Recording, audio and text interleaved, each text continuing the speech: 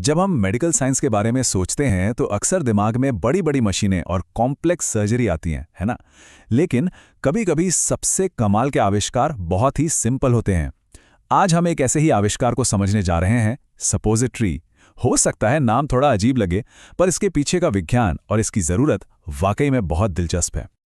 चलिए एक सिचुएशन कल्पना करते हैं। सोचिए किसी को दवा की सख्त जरूरत है, लेकिन वो उसे खा नहीं सकता। अब क्या करें? ये एक बहुत ही आम लेकिन गंभीर समस्या है, जिसका हल निकालना बेहद जरूरी था। जैसे कि कोई मरीज जो होश में नहीं है, या फिर कोई छोटा बच्चा जो गोली निगल ही नहीं सकता, या फिर किसी को इतनी ज्यादा उल्टियां हो रही हैं कि पेट में कुछ भी टिक नहीं रहा। इन हालात में दवा शरीर तक कैसे पहुंचाई जाए? यहीं पर हमें एक अलग रास्ते की जरूरत पड़ती है। और बस यहीं पर सपोजिटरी एक हीरो की तरह एंट्री लेती है। ये सिर्फ एक ऑप्शन नहीं है, बल्कि कई मामलों में ये सबसे बेस्ट सॉल्यूशन है। तो चलिए सबसे पहले ये समझते हैं कि आखिर ये है क्या। सीधी भाषा में कहें तो सपोजिटरी दवा का एक सॉलिड यानी ठोस रूप है। इसका डिजाइन ही ऐसा है कि बाहर तो ये ठोस रहती है, पर शरीर के अंदर जाते ही बॉडी की गर्मी से ये पिघल जाती है या घुल जाती है और दवा को रिलीज कर देती है। यही इसका सबसे बड़ा सीक्रेट है। इसकी हर एक खूबी का एक खास मकसद है। देखिए, रूम टेम्परेचर पर यह ठोस होती है, जिससे इसे हैंडल करना आसान हो, और बॉडी टेम्परेचर पर पिघलने की खासियत ही तो दवा को सही जगह पर रिलीज करती है। इसमें दवा के साथ एक बेस होता है, जैसे कोको बटर, जो दवा को पकड़ कर रखता है और सही समय पर उसे छोड़ देता है। तो अब हम ये तो जान गए कि ये क्या है, पर बड़ा सवाल ये है कि डॉक्टर इसे इस्तेमाल क्यों करते हैं।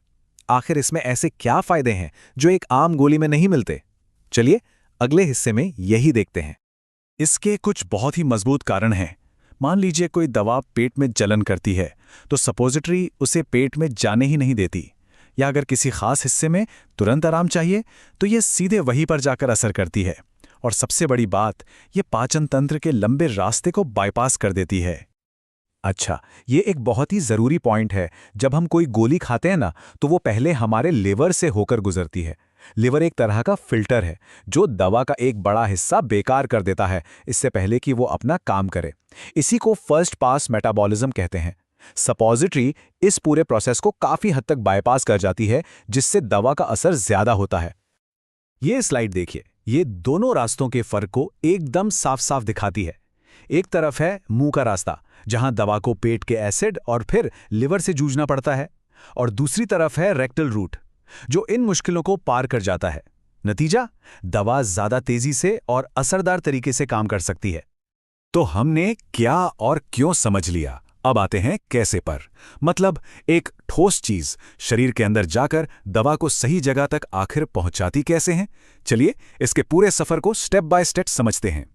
इसको समझने का सबसे अच्छा तरीका ये एनालॉजी है। बस ये सोचिए कि जैसे एक चॉकलेट आपके गर्म हाथ में पिघल जाती है, ठीक वैसे ही सपोजिटरी का बेस शरीर की गर्मी से पिघल जाता है। और जैसे ही बेस पिघलता है, उसके अंदर की दवा अपना काम करने के लिए आजाद हो जाती है ना। सिंपल पर बहुत इफेक्टिव। तो ये पूरा प्रोसेस इन 4 आसान स्टेप्स में होता है। पहले इसे शरीर में डाला जाता है, फिर ये गर्मी से घुलना शुरू होती है। इसके बाद दवा बेस से बाहर निकलती है, और आखिर में शरीर उसे सोख लेता है और वो अपना असर दिखाना शुरू कर देती है। एक और मजेदार बात, क्या आपको पता है कि सपोजिटरी सिर्फ एक ही तरह की नहीं होती? असल में इसके कई रूप हैं, जो शरीर के अलग अलग हिस्सों और अलग अलग जरूरतों के लिए बनाए जाते हैं। चलिए कुछ कॉमन टाइप्स पर एक नजर डालते हैं। इस टेबल में देखिए, रेक्टल सपोजिटरीज सबसे आम हैं, जिनका इस्तेमाल दर्द, कब्ज जैसी समस्याओं में होता है। लेकिन वेजाइनल सपोजिटरीज भी होती हैं, जिन्हें पेसरी कहते हैं, और यूरेथ्रल सपोजिटरीज भी, जिन्हें बूगी कहा जाता है। इनका इस्तेमाल खास तरह के लोकल इलाज के लिए होता है। ये दिखाता है कि ये तरीका कितना वर्सेटाइल है। तो कुल मिलाकर हम ये कह सकते हैं कि एक मामूली सी दिखने वाली ये चीज़ असल में मेडिकल साइंस का एक छोटा सा लेकिन बहुत ज़रूरी हिस्सा है। ये उन लोगों के लिए किसी वरदान से कम नहीं है जो नॉर्मल तरीके से दवा नहीं ले सकते। ये सरलता और प्रभावशीलता का एक बेहतरीन उदाहरण है। और जाते जाते एक सवाल आपके सोचने के लिए, हमारे चारों तरफ ऐसी और कितनी चीजें हैं जो दिखती तो बहुत साधारण हैं, पर उनके पीछे एक असाधारण विज्ञान और सोच छिपी हुई है। शायद अगली बार हम किसी भी मेडिकल टूल को एक नई और गहरी नज़र से देखेंगे।